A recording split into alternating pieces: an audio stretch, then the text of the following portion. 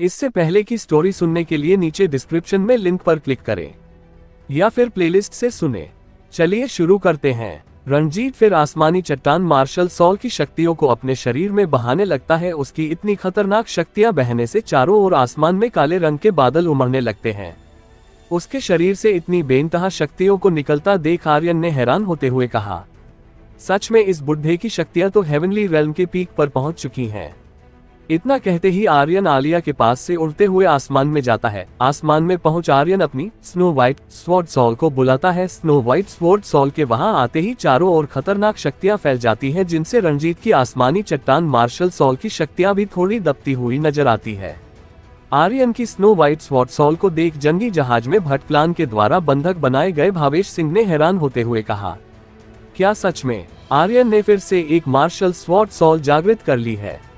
असल में इससे पहले आर्यन ने भावेश जी को बस अपने माथे पर उभरा स्वॉर्ड पैटर्न दिखाया था, जिसे देख भावेश जी बस इतना अंदाजा लगा पाए थे आर्यन फिर से अपनी स्वॉर्ड सॉल को जागृत कर सकता है, मगर भावेश जी को यह अंदाजा नहीं था आर्यन इतनी जल्दी उस स्वॉर्ड सॉल को जागृत कर लेगा। आर्यन की स्नो व्हाइट स्वॉर्ड सॉल को देख नीचे खड़े ग्रेट एल्डर की भी आंखें फटी की फटी रह गई थी और उसको देखते हुए उसने कहा, आर्यन की इस स्वॉर्ड सॉल से तो पर्पल रंग की रोशनी बाहर निकल रही है, इसका मतलब यह एक किंग लेवल स्वॉर्ड सॉल है। वही ग्रेट एल्डर के साथ खड़े एक और बुजुर्ग एल्डर ने कहा, सच में ये लड़का आरव सिंह का बेटा कहलाने लायक है। आखिर इसके पिताजी के पास भी एक किंग लेवल स्वॉर्ड सॉल थी। तभी एक और एल्डर ने हैरान होते हुए कहा, ये कैसे मुमकिन है? आर्यन की स्वॉर्ड सॉल तो चोरी हो चुकी थी ना, फिर उसने एक king level martial sword soul कैसे जागृत कर ली? सभी एल्डर्स ये देख हैरान हो ही रहे थे कि तभी आर्यन ने अपनी स्नो व्हाइट स्वॉर्ड सॉल की शक्तियां थोड़ी सी और बढ़ा दी, जिस कारण उसकी पीठ पीछे अब 3 रिंग्स और दिखाई देने लगी थी, जिन्हें देख जंगी जहाज में खड़े अखिल के चेहरे का रंग उड़ गया और उसने हैरान होते हुए कहा, अगर मेरे पास भी इस तरह की स्वॉर्ड सॉल होती, मैं पूरे रोमानिया शहर का महान योद्धा कहलाया जाता। अखिल के बगल में खड़े रियान ने जब रिंग्स को देखा तो उसने जलन भरी आवाज में कहा, ये तो स्पिरिट रिंग्स है, इसका मतलब आर्यन की स्वॉर्ड सॉल एक एम्परर लेवल की है। जब रणजीत ने देखा कि आर्यन के पास एक एम्परर लेवल स्वॉर्ड सॉल है तो उसने अपने हाथ की मुट्ठियां कसकर जोर से चिल्लाते हुए कहा, हे भगवान, आखिर तुम इतने निर्दयी कैसे हो सकते हो? आखिर क्यों इस छोटे से सिंह क्लान के पास इतने काबिल बच्चे हैं? इतना कह रणजीत भट्ट धरती और स्वर्गीय शक्तियों को एब्जॉर्ब करने लगता है। उसके उन शक्तियों के एब्जॉर्ब करते ही आर्यन की स्नो व्हाइट स्वॉर्ड सॉल की शक्तियां बहने से कमजोर पड़ी। रणजीत की शक्तियां फिर से और ज्यादा ताकतवर हो गई। काले रंग के बादल भी बड़े होते हुए 1000 फुट के दायरे में फैल गए। रणजीत ने जो धरती और स्वर्गीय शक्तियां एब्जॉर्ब करी थी, यह एक प्रकार की प्राकृतिक जंगली शक्तियां होती है, जिन्हें एक आम मार्शल आर्टिस्ट काबू कर अपनी शक्तियों को नहीं बढ़ा सकता था। मगर शायद रणजीत के पास भट्ट प्लान की कोई सीक्रेट टेक्निक थी, जिस वजह से वो इन शक्तियों को सोख पाया। आर्यन ने जब देखा रणजीत ने अपनी शक्तियां और बढ़ा ली, तो उसने भी अपनी शक्तियां बढ़ाते हुए कहा, स्वॉर्ड इंटेंट। आर्यन के इतना कहते ही उसका स्वॉर्ड इंटेंट रिलीज होता है, मगर इससे पहले आर्यन की शक्तियां उस स्वॉर्ड इंटेंट के द्वारा बढ़ पाती। आर्यन के नीचे की जमीन से 5 रोशनियां निकलती है। उन 5 रोशनियों के निकलते ही वहां एक फॉर्मेशन बनती हुई दिखाई देने लगती है, और इतना ही नहीं, उस फॉर्मेशन से पीले रंग की शक्तियां निकलते हुए आर्यन के शरीर में जाने लगी थी, जिनकी वजह से आर्यन की शक्तियां बढ़ रही थी। असल में आर्यन इस वक्त जिस जमीन के ऊपर उड़ रहा था, वहां सिंह प्लान की प्राचीन फॉर्मेशन बनी हुई थी, जिसे एक्टिवेट करने के लिए किसी भी मार्शल आर्टिस्ट को सुप्रीम स्वॉर्ड इंटेंट पर महारत हासिल करनी पड़ती। आर्यन ने सुप्रीम स्वॉर्ड इंटेंट पर तब महारत हासिल की थी जब आर्यन ने बेरियल प्लेस में स्वॉर्ड गॉड की टूम रिफाइन की थी, और जैसे ही आर्यन ने अपना सुप्रीम स्वॉर्ड इंटेंट रिलीज किया, वो जाकर उस स्वॉर्ड फॉर्मेशन से जुड़ गया और एक्टिवेट हो गया। मगर आर्यन ने प्राचीन स्वॉर्ड फॉर्मेशन को अनजाने में एक्टिवेट किया था, जिसके चलते उसने हैरान होते हुए खुद से ही कहा, मुझे लगता है मेरा स्वॉर्ड इंटेंट सुप्रीम लेवल पर पहुंच गया है, जिस वजह से प्राचीन स्वॉर्ड फॉर्मेशन एक्टिवेट हो गई और उसमें बसी शक्तियां मुझे और ताकतवर बनी रही हैं। ये सोच आर्यन को थोड़ी सी खुशी महसूस हुई, मगर फिर उसने अपनी खुशी को छिपा गंभीर होते हुए कहा, भले ही मेरे पास सुप्रीम स्वॉर्ड इंटेंट या फिर डबल मार्शल स्पिरिट हो, मगर मेरी शक्तियां अभी भी लो लेवल हेल रेल्म तक ही पहुंची है, जिसके चलते मुझे इस रणजीत को, जो कि एक हाई लेवल हेवनली रेल्म का मार्शल आर्टिस्ट है, उसे हराने में जान का भी खतरा हो सकता है। इसलिए मुझे इस प्राचीन स्वॉर्ड फॉर्मेशन से जो भी थोड़ी बहुत शक्तियां मिल रही हैं, उन्हें ले लेना चाहिए। इसके तुरंत बाद आर्यन अपना सुप्रीम स्वॉर्ड इंटेंट पूरी तरह से रिलीज कर देता। आर्यन के स्वॉर्ड इंटेंट रिलीज करते ही स्वॉर्ड फॉर्मेशन से किसी ज्वालामुखी की तरह शक्तियां फूटती है, जिनकी वजह से वहां चारों तरफ पीले रंग की शक्तियां फैलती हुई दिखाई देने लगती है। इससे पहले वो पीले रंग की शक्तियां वहां से गायब हो पाती, तभी आसमान में एक बादल गरजने लगता है जो सीधा आर्यन के ऊपर दिखाई दे रहा था। उसके कुछ देर गरजने के बाद वो पीले रंग की शक्तियां एक रोशनी बनकर बादल में चली जाती है। उन पीले रंग की शक्तियों के उस बादल के अंदर जाते ही उस बादल का रंग बदलने लगता है। तभी बादल से एक खतरनाक शक्तियों वाली बिजली निकलती है और सीधा आर्यन के ऊपर पड़ती है। वो खतरनाक शक्तियों से भरी बिजली जैसे ही आर्यन के ऊपर पड़ी, आर्यन की शक्तियां किसी सूखे हुए तालाब में पानी भरने की तरह बढ़ने लगती है। आर्यन को इतने खतरनाक तरीके से शक्तियां बढ़ाते देख रणजीत तो हक्का बक्का रह गया। फिर इसी हैरानी के चलते उसने कहा, इस लड़के की शक्तियां तो किसी मिडिल लेवल हेवनली रेल्म के मार्शल आर्टिस्ट जैसी हो चुकी। इससे पहले यह मुझ पर अटैक करे, हमें यहाँ से निकल जाना चाहिए। रणजीत वहां से निकलने की इसलिए सोचता है क्योंकि पहली बात तो आर्यन की शक्तियां मिडिल लेवल हेवनली रेल्म में पहुंच चुकी थी। दूसरी बात, आर्यन के पास एक एम्परर लेवल मार्शल सॉल होने के साथ साथ उसके पास सिंह क्लान की प्राचीन स्वॉर्ड फॉर्मेशन का भी सहारा था। तभी रणजीत भागते हुए जल्दी से जंगी जहाज पर पहुंचता है और अपने आदमियों को वहां से निकलने का बोल जाने लगता है, मगर इससे पहले वह लोग वहां से निकाल पाते आर्यन ने जोर से चिल्लाते हुए कहा, अच्छा तो तुम लोग यहाँ से भागना चाहते हो? यहाँ से भागना इतना भी आसान नहीं होगा। इतना कहते ही आर्यन अपने शरीर में तेजी से शक्तियां बहाने लगता है और उन सभी शक्तियों को अपने एक हाथ में इकट्ठा कर स्नो व्हाइट स्वॉर्ड सॉल में भर देता है। इतना ही नहीं, आर्यन प्राचीन स्वॉर्ड फॉर्मेशन की शक्तियों को भी अपनी स्वॉर्ड सॉल में भर देता है। इतनी ज्यादा तादाद में शक्तियों को सोखने से स्नो व्हाइट स्वॉर्ड सॉल का साइज किसी 1000 फुट लंबी स्वॉर्ड जैसा हो जाता है। तभी अचानक उस स्नो व्हाइट स्वॉर्ड सॉल से आसमान चीरती हुई एक पीली रोशनी निकलती है, जिसे दूर दूर तक देखा जा सकता था। तभी रोमानिया शहर के बाहरी पहाड़ी इलाके में एक बूढ़े आदमी ने उस रोशनी को देखते हुए कहा, आखिर इतनी खतरनाक शक्तियां रोमानिया शहर में किसके पास आ गई? एक बार मुझे चलकर देखना चाहिए, आखिर माजरा क्या है। इतना कहने के बाद वह बूढ़ा सा दिखने वाला आदमी रोमानिया शहर की ओर निकल पड़ा। दूसरी तरफ सिंह क्लान में रणजीत ने जिन सैनिकों को सिंह क्लान के सदस्य को मारने के लिए भेजा था, जब उन सैनिकों ने आर्यन की इस कदर खतरनाक शक्तियों को देखा तो एक सैनिक ने दूसरे सैनिक से कहा, आर्यन की शक्तियां कितनी खौफनाक है, अगर उसने एक भी वार किया तो हमारे सारे सैनिक धूल में बदलकर गायब हो जाएंगे। ये जितने भी सैनिक थे बस लो लेवल के मार्शल आर्टिस्ट थे। अगर इनमें सबसे ताकतवर भी कोई होगा तो वह बस एक जेन्युइन रेल्म का मार्शल आर्टिस्ट होगा। माया भी अब तक डफी पर उड़ते हुए सिंह क्लान पहुंच चुकी थी। वो भी आर्यन की इस कदर शक्तियों को देख हैरान थी। अभी बस 2 ही दिन गुजरे थे और इतना बड़ा बदलाव, सच में इतनी जल्दी इस कदर शक्तियों का बढ़ाना कोई आम इंसान तो नहीं कर सकता। ये लड़का बहुत ही अद्भुत है। आर्यन और माया जब कुल्हाड़ा दल से मुकाबला करके निकले थे, वहां से उनको सिंह क्लान पहुंचने में 2 दिन बीत गए थे और माया के अनुसार आर्यन ने जब कुल्हाड़ा दल के लीडर से मुकाबला किया था उस समय वो बस एक गोस्ट रेल्म का मार्शल आर्टिस्ट था। मगर माया के कुछ समझ नहीं आ रहा था, आखिर इन 2 दिनों में ऐसा क्या हो गया जो आर्यन एक पीक लेवल हेवनली रेल्म का मार्शल आर्टिस्ट बन गया था। माया को नहीं पता था आर्यन ने प्राचीन स्वॉर्ड फॉर्मेशन की शक्तियों का इस्तेमाल किया था। असल में तो आर्यन बस एक हेल रेल्म का मार्शल आर्टिस्ट था। उसने जब कुल्हाड़े दल के लीडर से मुकाबला करा था, आर्यन उस समय भी हेल रेल्म में ही था, मगर उसने अपनी असली शक्तियां छिपाकर बस गोस्ट रेल्म तक ही सीमित रखी थी। रणजीत ने भी जब आर्यन की इतनी खतरनाक शक्तियां देखी, उसने अखिल से कहा, बेटा हम लोगों को यहाँ से जल्द निकलना होगा वरना हमारी जान को भी खतरा हो सकता है। अपने दादाजी की वहां से भागने वाली बात सुन अखिल ने चिढ़ते हुए गुस्से में कहा, दादाजी हम ऐसे नहीं भाग सकते वरना हमारी पूरे रोमानिया शहर में क्या इज्जत रह जाएगी। अखिल के बगल में खड़े रियान ने भी कहा, हाँ दादाजी हम यहाँ से कायरों की तरह नहीं निकल सकते, हमारे सैनिकों की संख्या तो इनसे 10 गुना ज्यादा है। दूसरी तरफ आर्यन ने जब रणजीत की भागने वाली बात सुनी तो उसने गुस्से भरी आवाज में कहा, नहीं नहीं तुम लोग यहाँ से बिना बताए नहीं जा सकते, अभी तो मैंने तुम लोगों का अच्छे से स्वागत भी नहीं किया। इतना कहने के बाद आर्यन ने अपनी स्नो व्हाइट स्वॉर्ड से रणजीत पर अटैक कर दिया। आर्यन के अटैक करते ही उस हजारों फुट लंबी स्वॉर्ड का मुंह रणजीत की ओर हो गया और देखते ही देखते स्नो व्हाइट स्वॉर्ड बिजली की स्पीड से रणजीत की ओर बढ़ने लगी। रणजीत ने जब आर्यन की स्वॉर्ड को अपनी ओर आते देखा तो उसने भी अब भागने के बारे में भूल मुकाबला करने की ठान ली। उसके बाद रणजीत ने भी अटैक करते हुए कहा, नोटेड चट्टानी हाथ। तभी वहां 1000 फुट चौड़ा हाथ दिखाई देने लगता है। दिखने वो एक शक्तियों से बना आम हाथ लग रहा था, मगर इस पूरे हाथ में सैकड़ों की तादाद में कुछ अजीबोगरीब अक्षर छपे हुए थे। नोटेड चट्टानी हाथ के अटैक को देख अखिल ने लीजा को उसके बारे में बताते हुए कहा, लीजा, ये नोटेड चट्टानी हाथ एक स्पिरिचुअल खजाना है। इसकी शक्तियां दादाजी की आसमानी चट्टान की तीसरी स्किल से भी 10 गुना ज्यादा है। देखना, अब दादाजी के वार से आर्यन बिल्कुल भी नहीं बचने वाला। क्या सच में आर्यन रंजीत के इस स्पिरिचुअल खजाने के अटैक से नहीं बच पाएगा? आखिर वह बूढ़ा आदमी कौन था जो इस वक्त आर्यन की शक्तियों को महसूस कर सिंह प्लान की ओर बढ़ रहा था?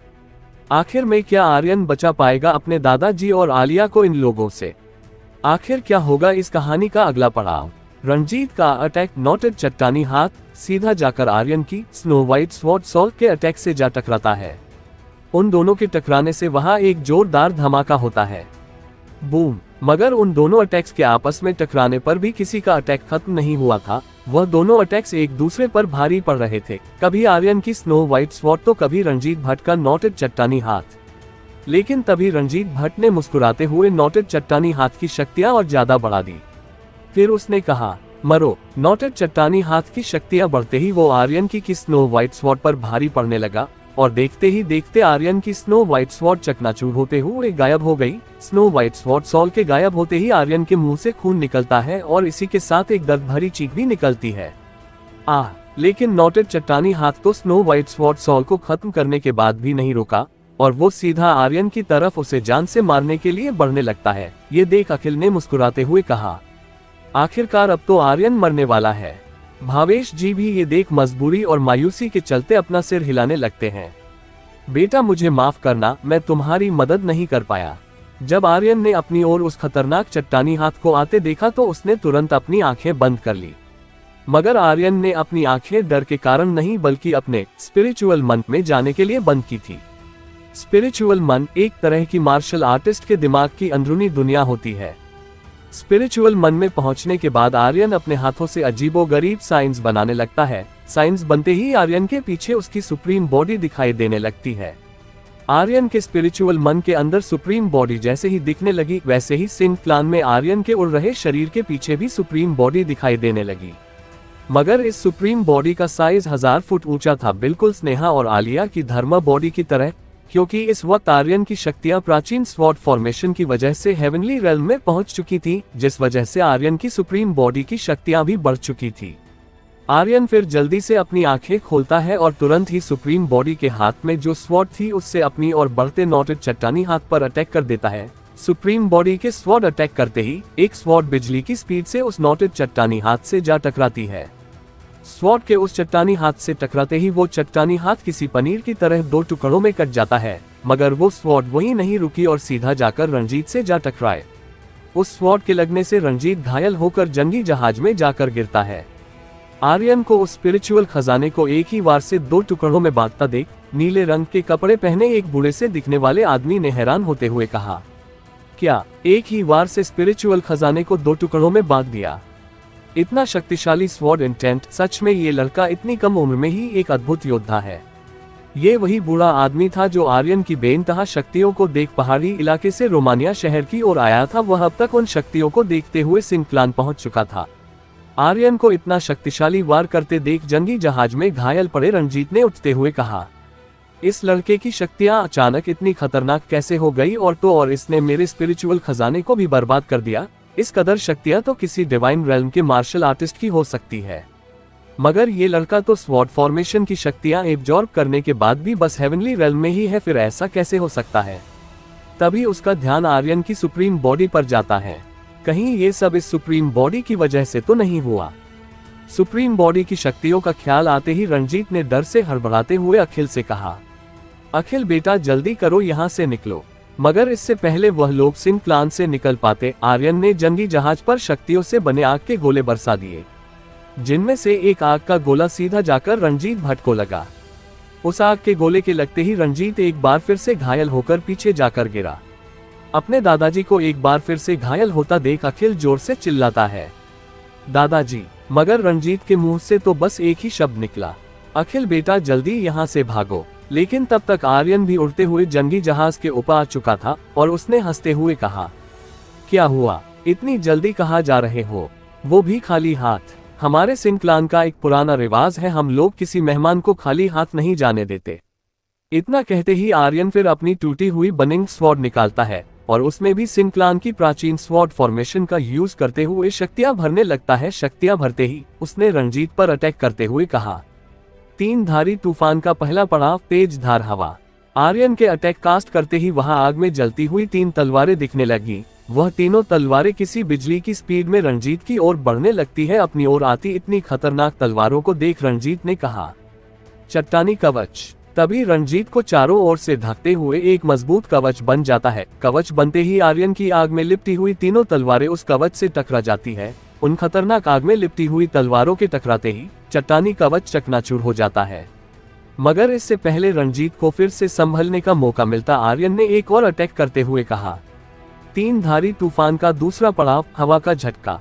तभी एक शक्तियों से भरा तूफान आता है जिसमें बेइंतहा शक्तियां भरी हुई थी और वो सीधा रणजीत की ओर बढ़ने लगता है, जिसे देख लुक्का चंद्रेश ने रणजीत की फिक्र करते हुए कहा, लीडर रंजीत। अखिल ने भी जोर से चिल्लाते हुए कहा, दादाजी बचो। लीजा ने भी उन खौफनाक शक्तियों को देख डर से कपकपाते हुए कहा, ये आर्यन कहीं कोई दरिंदा तो नहीं।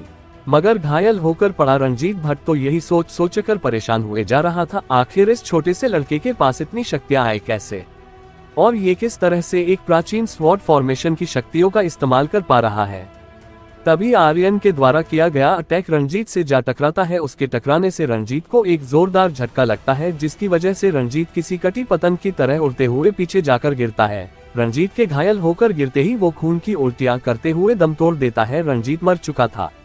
रणजीत को मरा हुआ देख नीचे खड़े ग्रेट एल्डर ने हैरान होते हुए कहा, मुझे यकीन नहीं हो रहा, रणजीत कैसे मर सकता है? वो तो एक शक्तिशाली हेवनली रेल्म का मार्शल आर्टिस्ट था। तभी ग्रेट एल्डर की बगल में खड़े एक एल्डर ने कहा, सच में यह वही आर्यन है जिसे हम जानते थे। अगर यह वही है तो ये किसी डरावने ख्वाब से कम नहीं। नीले रंग के कपड़े पहने उस बूढ़े आदमी ने भी अपनी दाढ़ी सहलाते हुए कहा, ये लड़का इतनी कम उम्र कैसे इतने शक्तिशाली स्वॉर्ड इंटेंट को यूज कर सकता है? सच में इस लड़के में कुछ तो खास बात है। यह जरूर एक ना एक दिन इस पूरी दुनिया में सबसे ज्यादा ताकतवर इंसान होगा और अपने पिताजी की तरह एक स्वॉर्ड किंग जरूर बनेगा। आलिया के पास बैठे विलियम अंकल ने भी कहा, आर्यन ने रणजीत भट्ट को मार दिया। आखिर एक 15 साल के लड़के ने किसी हेवनली रेल्म के मार्शल आर्टिस्ट को कैसे मार दिया? ये सोचने में तो एक असंभव बात है, मगर चाहे कुछ भी हो, वाकई मेरा भतीजा एक कमाल का योद्धा है। असल में विलियम अंकल एक बुरे इंसान नहीं थे, वो एक भोले किस्म के आदमी थे, जिस वजह से ग्रेट एल्डर और बाकी के एल्डर उसे अपने झांसे में आसानी से फंसा लेते थे।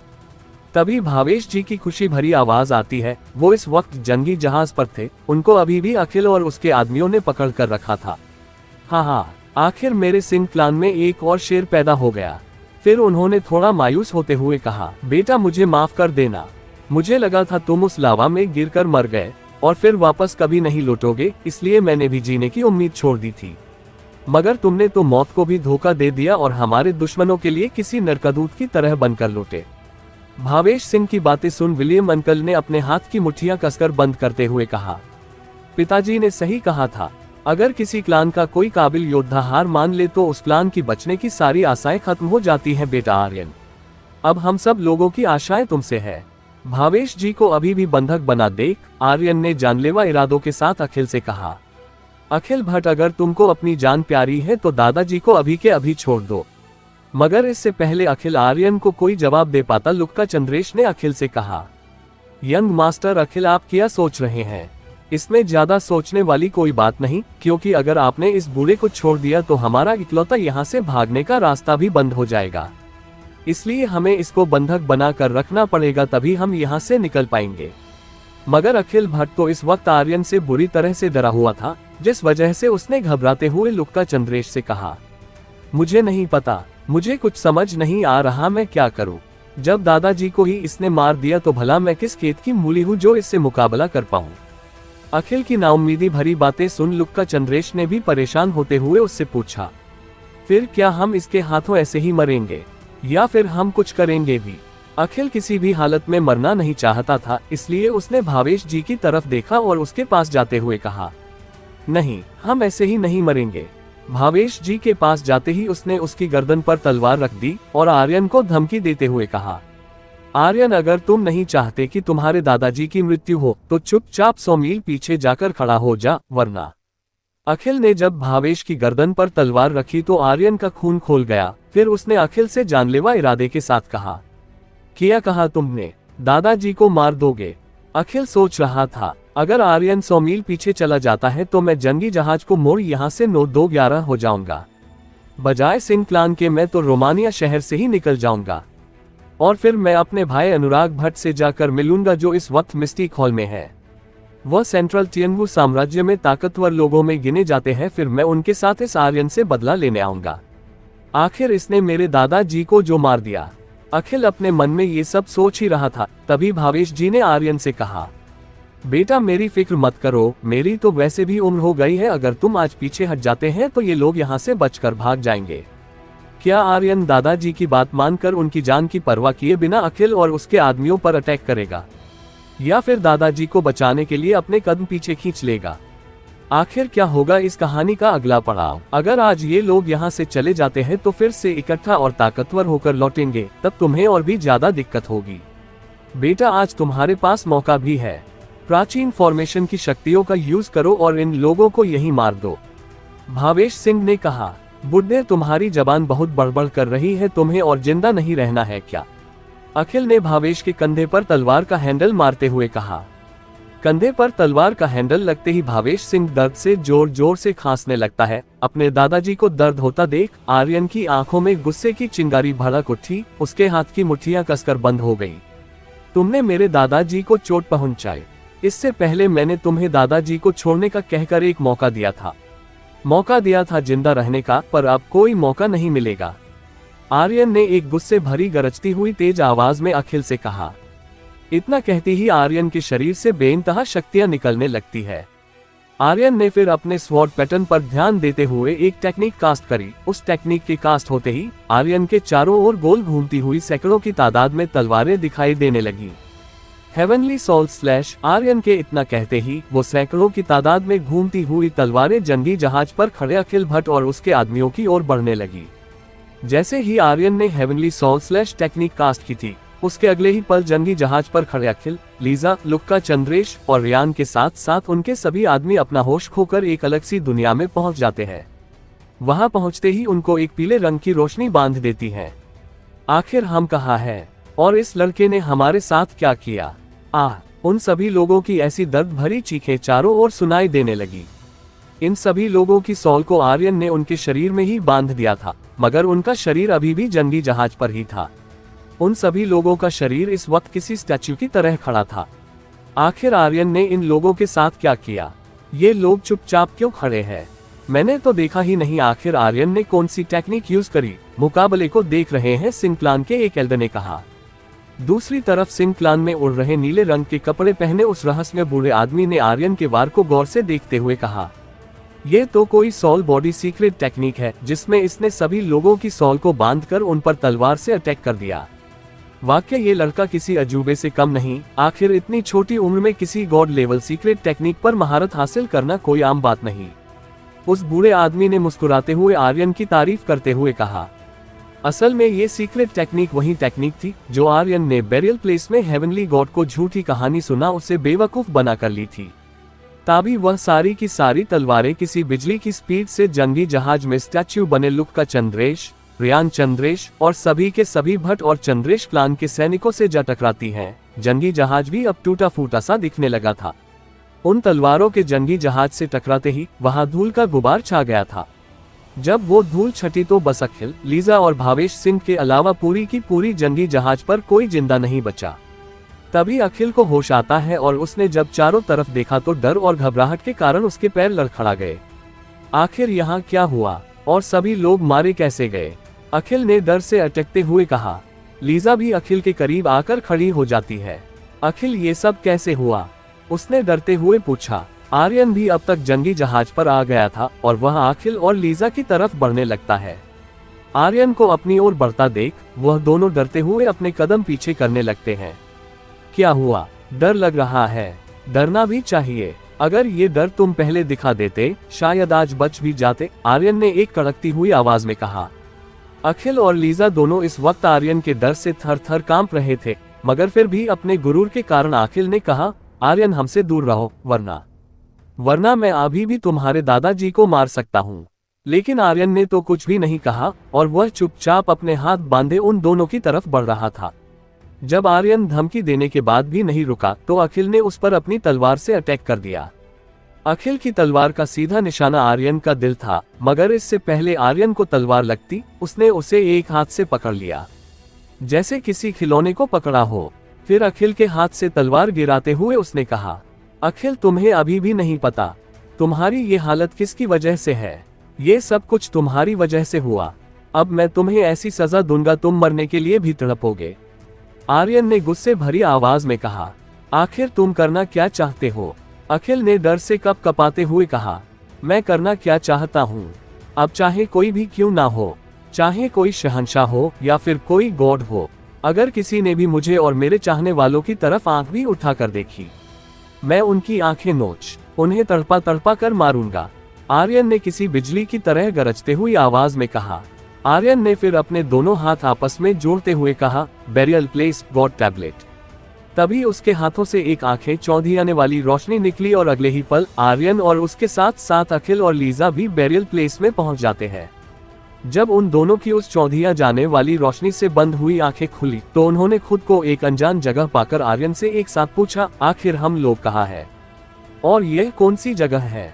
आर्यन, आखिर तुम हमें यहाँ लाकर करना क्या चाहते हो, लीजा ने डर से चिल्लाते हुए कहा। आर्यन ने उन दोनों को अलग अलग दो चट्टानों से बांध दिया था। ये दोनों चट्टानें भी अलग अलग गॉड्स के मकबरे थे। तुम लोग अब सारा जीवन यहीं तड़पोगे।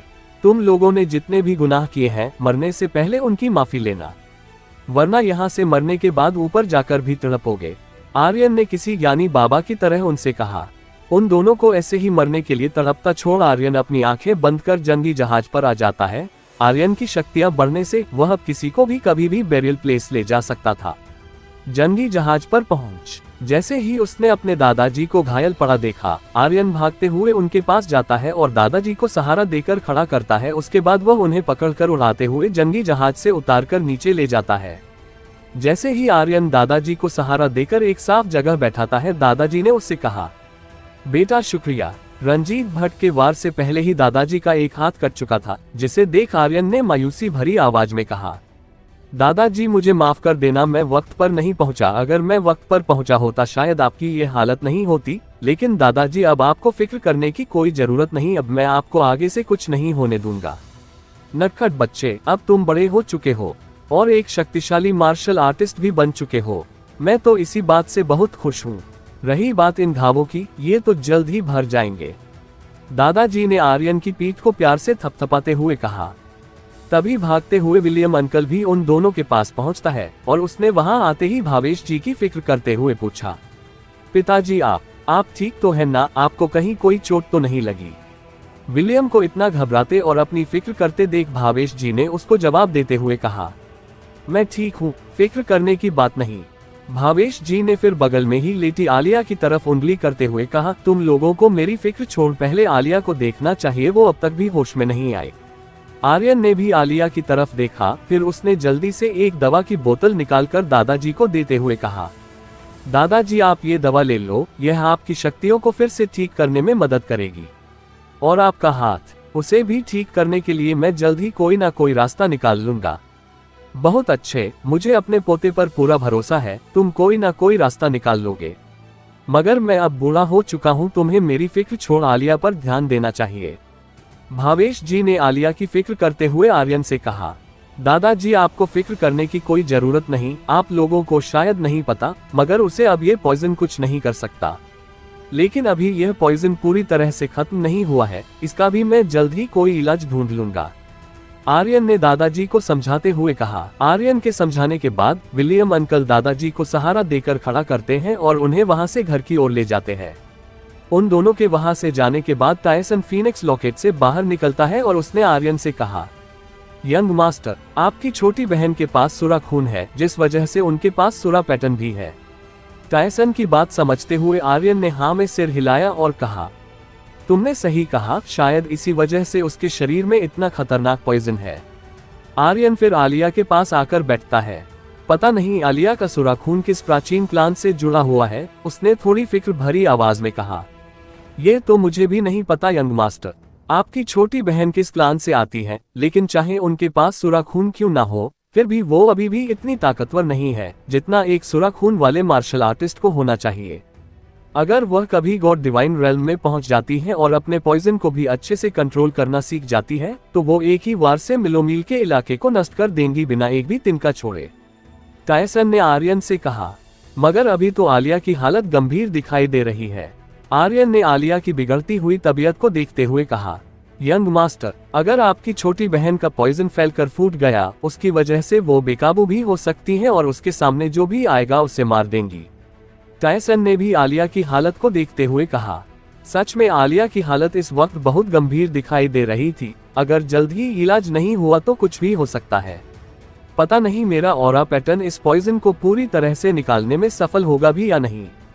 आर्यन ने अपने हाथ की मुट्ठियां कसते हुए कहा। तभी आसमान में जोर जोर से चिंगारते हुए एक सफेद पक्षी आता दिखाई देता है। ये सफेद पंछी कोई और नहीं बल्कि रफी था, जिसके ऊपर मिस माया बैठी हुई थी। वो लोग उड़ते हुए आर्यन की तरफ ही आ रहे थे। तभी उनकी बगल से एक बिजली की स्पीड से सफेद रोशनी गुजरते हुए आर्यन की तरफ जाती है, जिसे देख मिस माया ने कहा, ओह, यहाँ क्या था? इसकी स्पीड तो आसमान से गिरते हुए तारे से भी तेज थी। आखिर यह टूटते हुए तारे की स्पीड से आर्यन की ओर क्या चीज बढ़ रही थी? और क्या आर्यन निकाल पाएगा आलिया के शरीर से पॉइजन? आखिर क्या होगा इस कहानी का अगला पड़ाव? उस टूटते तारे की स्पीड से आती हुई रोशनी की शक्ति महसूस कर टायसन ने आर्यन से कहा, बुरा हुआ यंग मास्टर, हमारी तरफ कोई ताकतवर अनजान शक्ति बढ़ रही है। क्या इतनी ताकतवर शक्ति? आखिर ये कौन हो सकता है? आर्यन ने भी उस शक्ति को महसूस करते हुए कहा। तभी उनके पीछे एक चमकती हुई सफेद रंग की रोशनी से तलवार आकर रुकी। उस तलवार की जब चमक गायब हुई तो वहां एक बूढ़ा आदमी दिखाई देने लगा, जिसके कंधों तक आते लंबे सफेद बाल, एक लंबी दाढ़ी, नीले सफेद रंग की पोशाक में वो बूढ़ा आदमी किसी देवता से कम नहीं लग रहा था। ये बूढ़ा आदमी वही था जो आर्यन की शक्तियों को देख सिंह क्लान पहुंचा था और पता नहीं कब से रहस्यमय तरीके से बिना किसी की नजर में आए छिपकर आर्यन का मुकाबला देख रहा था। मुझे इसकी शक्तियां तक महसूस नहीं हो रही। आर्यन ने उस बूढ़े आदमी की शक्तियों का पता लगाते हुए सोचा। आखिर आप हैं कौन? आर्यन ने बिना किसी भाव के उस बूढ़े आदमी से पूछा। बच्चे, वाक्य तुम निडर तो हो। वैसे मैं टियनवू साम्राज्य के 7 सबसे बड़े दलों में से एक स्वर्गीय तलवार दल का एल्डर सर्वेश हूँ। उस बूढ़े आदमी ने अपनी दाढ़ी सहलाते हुए कहा। स्वर्गीय तलवार दल का एल्डर सर्वेश? आर्यन ने कंफ्यूज हो उसकी बात दोहराते हुए कहा। हाँ, वैसे तुमने मिस्टिक हॉल के बारे में तो सुना ही होगा। वो भी टियनवू साम्राज्य के सबसे बड़े दलों में से एक है। उस बूढ़े आदमी ने आर्यन को समझाते हुए कहा। यह मिस्टिक हॉल वही था जहां अखिल रोमानिया शहर से भाग कर जाने की सोच रहा था। उस मिस्टिक हॉल में अखिल का भाई अनुराग भट्ट एक स्टूडेंट था। असल में मिस्टिक हॉल तो बस एक ब्रांच थी। उस दल का पूरा नाम मिस्टिक मून दल था। टियनवू साम्राज्य के इस छोटे से रोमानिया शहर में लोग मिस्टिक हॉल को ही कोई बड़ा दल मानते थे। मिस्टिक हॉल को भी यहाँ के लोग इसलिए जानते थे क्योंकि वह यहाँ इस शहर के योद्धाओं को अपने दल में स्टूडेंट के तौर पर शामिल करते थे। दादाजी ने एक बार बताया था, हमारे इस रोमानिया शहर के बाहर भी बहुत सारे अलग अलग ताकतवर प्राचीन दल हैं। शायद स्वर्गीय तलवार दल और मिस्टिक मून दल भी उन्हीं में से 2 ताकतवर दल हैं। पर इतने ताकतवर दल का एक एल्डर पता नहीं क्यों हमारे इस छोटे से क्लान में आया है। आर्यन ने उस बूढ़े आदमी को देखते हुए मन ही मन सोचा। यंग मास्टर, ये स्वर्गीय तलवार दल का बूढ़ा आदमी एक स्वॉर्ड किंग मास्टर और डिवाइन रेल्म में है। टायसन ने आर्यन को समझाते हुए कहा। एक डिवाइन रेल्म का मार्शल आर्टिस्ट होना कोई छोटी मोटी बात नहीं थी। आर्यन अभी हेल रेल्म का ही मार्शल आर्टिस्ट था। उसे पता नहीं कितना वक्त लगेगा हेवनली रेल्म तक पहुंचने में। डिवाइन रेल्म तो उससे भी एक रेल्म ऊपर है। हालांकि यह एक अलग बात थी, आर्यन ने आज ही एक हेवनली रेल्म मार्शल आर्टिस्ट को मार गिराया था। मगर यह सब प्राचीन फॉर्मेशन से शक्तियां लेने के बाद ही हो पाया था। डिवाइन रेल्म के मार्शल आर्टिस्ट की बात सुन आर्यन दंग था, पर उसने अपनी इस हैरानी को छुपा सर्वेश जी को आदर से झुककर सम्मान देते हुए कहा। प्रणाम मास्टर, मेरा नाम आर्यन सिंह है। मैं आपकी कैसे मदद कर सकता हूँ? मुझे नहीं पता आप यहाँ क्यों आए हैं। क्या तुम ही हो स्वॉर्ड किंग आरव सिंह के बेटे? सर्वेश जी ने आर्यन से पूछा। मगर उस बूढ़े आदमी के मुंह से अपने पिताजी का नाम सुन आर्यन दंग था।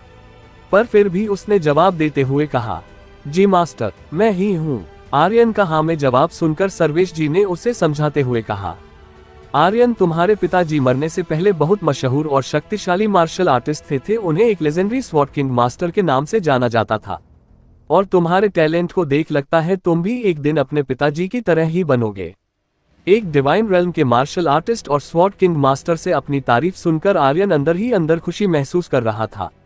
फिर आर्यन ने झुककर सर्वेश जी को आदर देते हुए कहा, शुक्रिया मास्टर, मेरी बड़ाई करने के लिए। असल में डिवाइन रेल्म मार्शल आर्टिस्ट को इतना सम्मान इसलिए दिया जाता था क्योंकि वहां पहुंचने में बहुत सारे लोग विफल रहते थे। शुरू के 4-5 रेल्म में तो एक मार्शल आर्टिस्ट बहुत आसानी से पहुंच जाता था, मगर हेल रेल्म के बाद अगले रेल्म जैसे हेवनली रेल्म और डिवाइन रेल्म में पहुंचना बहुत कठिन होता था। उदाहरण के लिए अखिल रोमानिया शहर के सबसे बड़े और अमीर भट्ट क्लान का सदस्य था, मगर फिर भी सारे रिसोर्सेस के बावजूद भी वो बस एक हेल रेल्म की पीक का मार्शल आर्टिस्ट ही बन पाया था। हेल रेल्म से हेवनली रेल्म पहुंचने के लिए ही वो आर्यन के सीक्रेट मेथड्स के पीछे पड़ा था। ऐसा ही कुछ हाल रंजीत भट्ट का था, उसे भी बहुत साल हो गए थे, फिर भी वो बस एक हेवनली रेल्म का मार्शल आर्टिस्ट बनकर रह गया था। उसे भी सीक्रेट मेथड्स डिवाइन रेल्म में पहुंचने के लिए चाहिए थे। तुम्हें शुक्रिया करने की कोई जरूरत नहीं। बहुत पहले तुम्हारे पिताजी ने पवित्र फैंटम दल ज्वाइन करा था, जो हमारे स्वर्गीय दल के लिए बहुत निराशाजनक बात थी, इसलिए अब मैं तुम्हें अपना स्टूडेंट बनाना चाहता हूँ। क्या तुम मेरा स्वर्गीय तलवार दल ज्वाइन करोगे? सर्वेश जी ने आर्यन से पूछा। फिर सर्वेश जी की बात को दोहराते हुए आर्यन ने हैरान होते हुए कहा, क्या स्वर्गीय तलवार दल ज्वाइन कर लूं? तभी अचानक आर्यन को अमिरा की आवाज सुनाई देती है, जिसे केवल आर्यन ही सुन सकता था।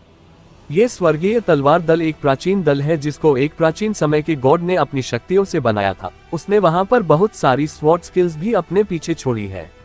अगर तुम इस दल को ज्वाइन कर लेते हो तुम्हें काफी सारे रिसोर्सेस मिलेंगे जो तुम्हारी कल्टीवेशन में काफी मदद करेंगे। इसमें तुम्हारा फायदा ही फायदा है। अमिरा की बातों को सोचते हुए आर्यन ने मन ही मन कहा, सिनिया सही कह रही थी। अगर मुझे आगे कल्टीवेट करना है तो मुझे रिसोर्सेस की जरूरत तो पड़ेगी ही। अब पता भी नहीं ये लोग मुझे किस कंडीशन पर ज्वाइन करेंगे। मास्टर हाँ बोल दो, ज्यादा देर मत करो, यह एक अच्छा मौका है। टायसन ने भी आर्यन को समझाते हुए कहा। तभी आर्यन ने अपने हाथ जोड़ सिर झुका सर्वेश जी को आदर देते हुए कहा, शुक्रिया मास्टर सर्वेश, मैं आर्यन सिंह तैयार हूँ आपके स्वर्गीय तलवार दल को ज्वाइन करने के लिए। आर्यन की बात सुन सर्वेश जी खुशी से हंसने लगते हैं और उन्होंने कहा, बहुत अच्छा निर्णय लिया। मगर तभी आर्यन ने सर्वेश जी से कहा, परंतु मुझे माफ कर देना, अभी मेरी छोटी बहन की हालत गंभीर है, मुझे पहले उसको बचाना होगा। जब आर्यन ने आलिया की ओर इशारा किया तो सर्वेश जी का ध्यान उसकी तरफ गया, जिसे देख उन्होंने हैरान होते हुए कहा, तुम्हारी छोटी बहन?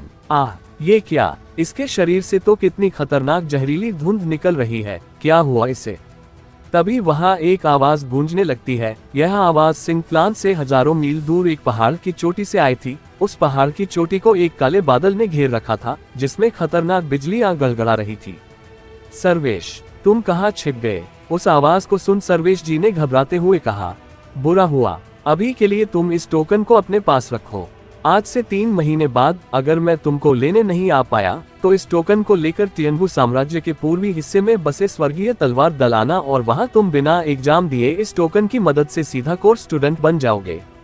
चलो अब मैं चलता हूँ, बाय। इतना कह सर्वेश जी वहां से एक रोशनी बन जल्दी में निकल जाते हैं।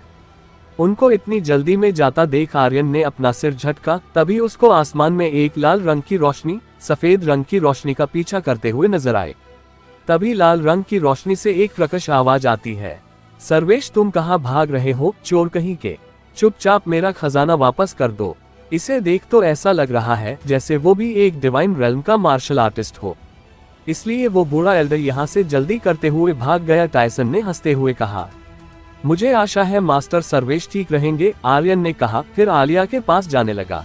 आलिया के पास पहुंच उसने मायूसी में अपना सिर हिलाया और उसे देखते हुए कहा, अभी के लिए मैं इस पॉइजन को कम करने के लिए बस ऑरा पैटर्न का यूज कर सकता हूँ। आर्यन फिर ऑरा पैटर्न एक्टिवेट कर अपने एक हाथ को उठा आलिया के शरीर से पॉइजन को अपनी बॉडी में ट्रांसफर करने लगता है। आर्यन को ऐसा करता देख टायसन ने कहा, यंग मास्टर आपको डर नहीं है क्या? कहीं इस पॉइजन ने आपको नुकसान पहुंचा दिया तो? टायसन की बात सुन आर्यन रुका नहीं और आलिया की बॉडी से पॉइजन निकालना कंटिन्यू रखा और उसने ऐसे ही पॉइजन निकालते हुए टायसन से कहा, नहीं, ये पॉइजन मेरा कुछ नहीं कर सकता, क्योंकि मेरा ऑरा पैटर्न अब डिवाइन लेवल तक पहुंच चुका है, जो इस डिवाइन लेवल पॉइजन को दबाने में मेरी मदद करेगा।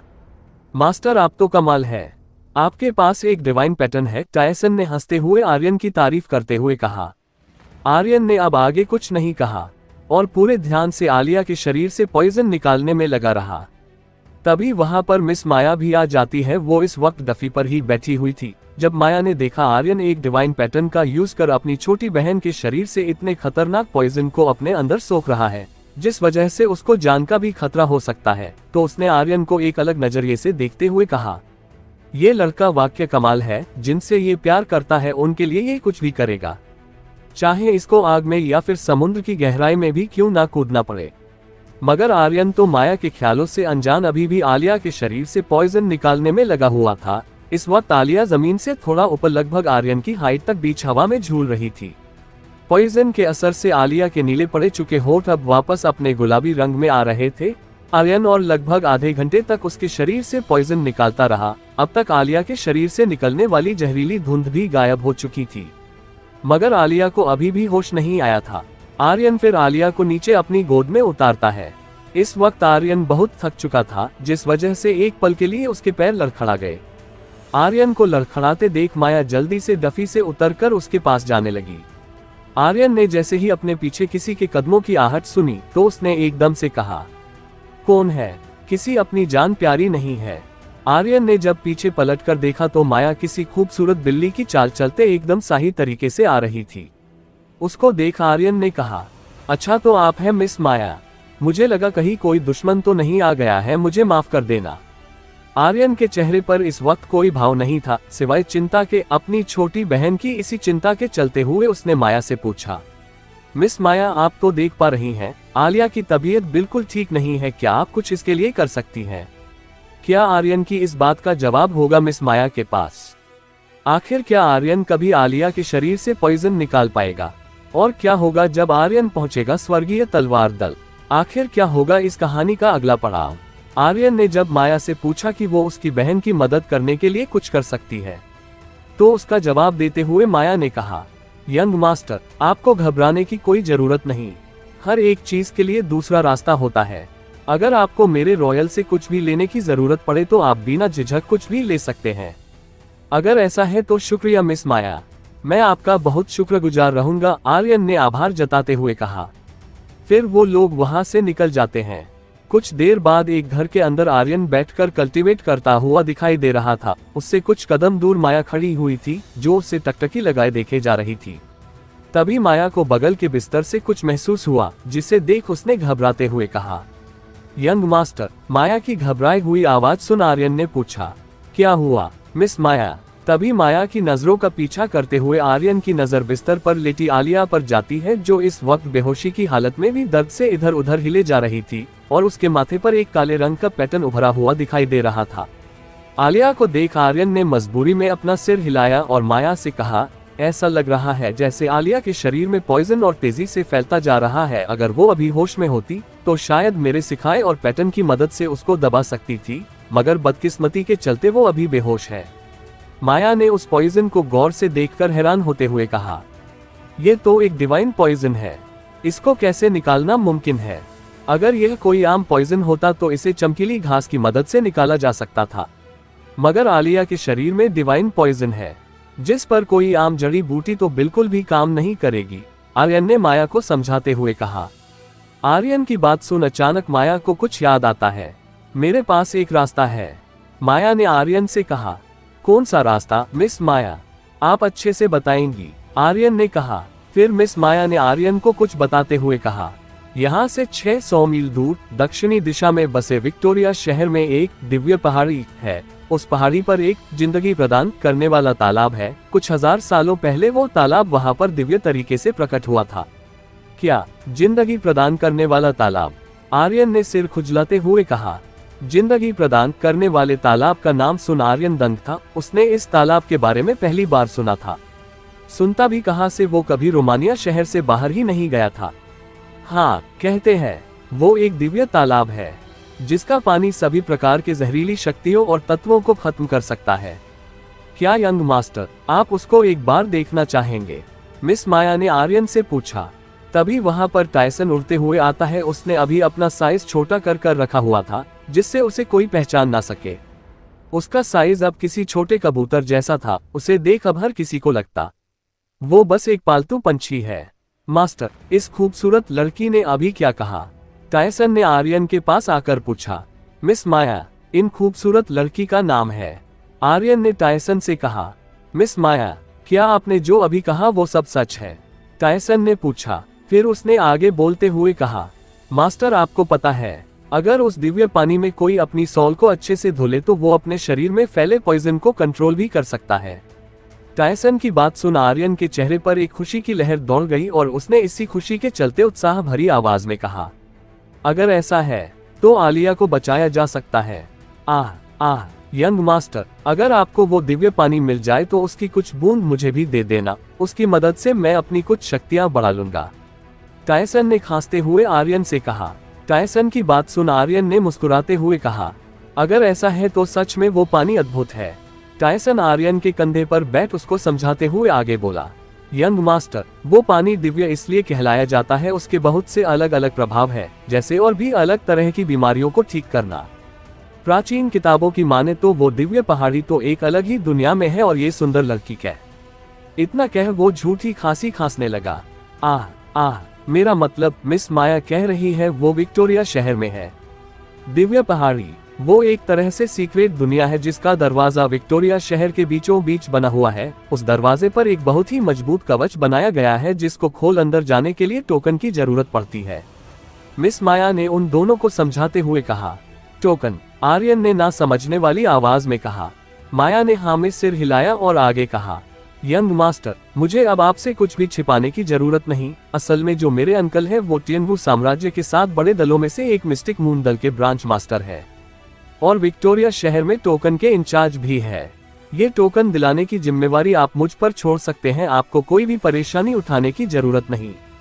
माया की बात सुन आर्यन ने उसका आभार जताते हुए कहा, शुक्रिया मिस माया, मैं आपका बहुत शुक्रगुजार रहूंगा। माया ने आर्यन के हाथों को नीचे करते हुए कहा, यंग मास्टर, आपको शुक्रिया कहने की कोई जरूरत नहीं। अगर आप नहीं होते शायद मैं आज जिंदा भी नहीं होती। वैसे भी अंकल मेरे लिए इतना तो कर ही सकते हैं, वो मेरी बात कभी नहीं टालेंगे। आर्यन ने माया का हाथ पकड़ उसको एक बार फिर से शुक्रगुजार होते हुए कहा, मैंने आपकी मदद इसलिए कि मैं किसी को मुसीबत में अकेला नहीं छोड़ सकता था और अब तो वो एहसान भी आपने मेरी इतनी मदद करने का कह उतार दिया, क्योंकि मेरी बहन की जान बचाना मेरी जान बचाने जैसा है। आर्यन को इतना शुक्रगुजार होता देख माया के चेहरे का रंग लाल हो गया, मगर उसका चेहरा लाल इसलिए हुआ क्योंकि इस वक्त आर्यन ने उसका एक हाथ पकड़ा हुआ था, जिसके चलते माया ने शर्माते हुए कहा, यंग मास्टर, आपको इतना शुक्रिया बोलने की कोई जरूरत नहीं। अगर आपको और भी किसी चीज की जरूरत पड़े तो एक बार मुझे जरूर बताना। आर्यन को जब एहसास हुआ माया कुछ अलग बर्ताव कर रही है तो उसने अपने हाथों पर ध्यान दिया। अपने हाथों में माया का पकड़ा हुआ हाथ देख आर्यन ने तुरंत उसे छोड़ दिया और एक कदम पीछे हट गया। मगर इसके विपरीत टायसन ने तो हंसते हुए माया को छेड़ते हुए कहा, हाँ, किसी के दिल की घंटी तो बज रही है। ओह हो, किसी को कुछ तो हो रहा है। टायसन को इतनी बेशर्मी से माया को छेड़ते देख आर्यन ने तुरंत एक हाथ से उसकी चोंच पकड़ ली। चुप, एकदम चुप, अगर अब कुछ बोला तो तुम्हारी चोंच यहीं तोड़ दूंगा, आर्यन ने किसी चिड़े हुए बंदर की तरह कहा। मगर माया का चेहरा तो टायसन की बात सुन और भी ज्यादा लाल हो गया। आर्यन ने फिर माया से माफी मांगते हुए कहा, मिस माया, मुझे माफ करना। असल में मेरे इस पक्षी को ज्यादा बड़बड़ करने की आदत है। फिर कुछ सोचकर आगे बोलते हुए कहा, वैसे मिस माया, मुझे एक पिल फनेस चाहिए, मुझे कुछ पिल बनानी है। असल में आर्यन ने पिल फनेस खरीदने का पहले भी सोचा था, क्योंकि उसे अपने दादाजी के लिए उनके घावों को ठीक करने के लिए पिल बनानी थी, मगर इससे पहले वो रॉयल हॉल जाकर उसे खरीदता। अचानक गॉड टेम्पल प्रकट हो गया था। अब आज जब रॉयल हॉल की मालकिन खुद ही आगे से मदद करने की कह रही थी तो आर्यन कैसे मना कर सकता था। ठीक है यंग मास्टर, मैं जल्द ही इंतजाम करा देती हूँ, कल तक मैं उसे आपके घर पहुँचा दूंगी, मिस माया ने कहा। आर्यन ने उसे एक बार फिर से आभार प्रकट करते हुए शुक्रिया कहा। उसके बाद मिस माया आर्यन के घर से निकल जाती है। रात के समय आर्यन अपनी छोटी बहन आलिया के सिरहाने बैठा हुआ था। जब उसे लगने लगा अभी के लिए आलिया ठीक है तो वो वहीं चौकड़ी मारकर बैठ जाता है।